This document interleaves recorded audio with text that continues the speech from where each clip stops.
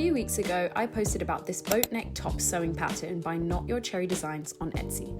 A few people wanted to know how I hacked the pattern in order to make a double line, so I'm going to show you how I did it. The first step is to print the pattern. She offers it in 3 different lengths, so make sure you're printing the one that you want to make. I opted for the mid-length top. She instructs you to cut the fabric on the fold, but because I wanted to cut 2 front pieces at the same time, I printed the pattern out twice and stuck them together to make one big flat pattern piece for both the front and the back. Next, we're going to cut our fabric. Fold your fabric right sides together. Place and pin your pattern pieces on top of the fabric, making sure the selvage is running parallel to the arrow on the pattern piece. Cut through both layers of fabric so that you end up with 2 front pieces and 2 back pieces. Take your front pieces, making sure they are right sides together, pin along the neckline, armhole and bottom. Attach using a 1 cm or 3/8 inch seam allowance. I'm using my serger, but you can also do a zigzag stitch on your sewing machine. Repeat this process for the back pieces, placing them right sides together and attaching the neckline, armholes and bottom.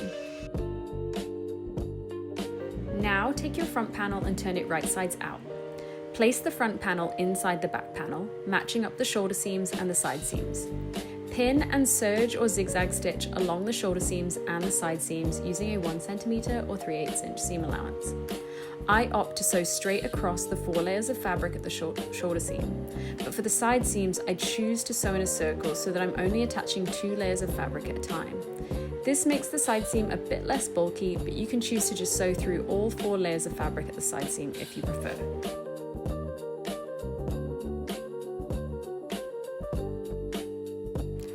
The next step is to seam rip about 1 inch out of the bottom of the top.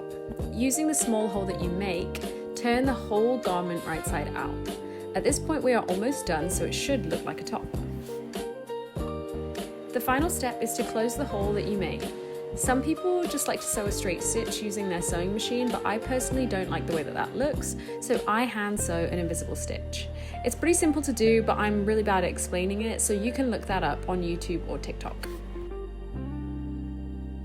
Once you finish that, you are done, and we'll have the most perfect double-line boat neck top to add to your wardrobe.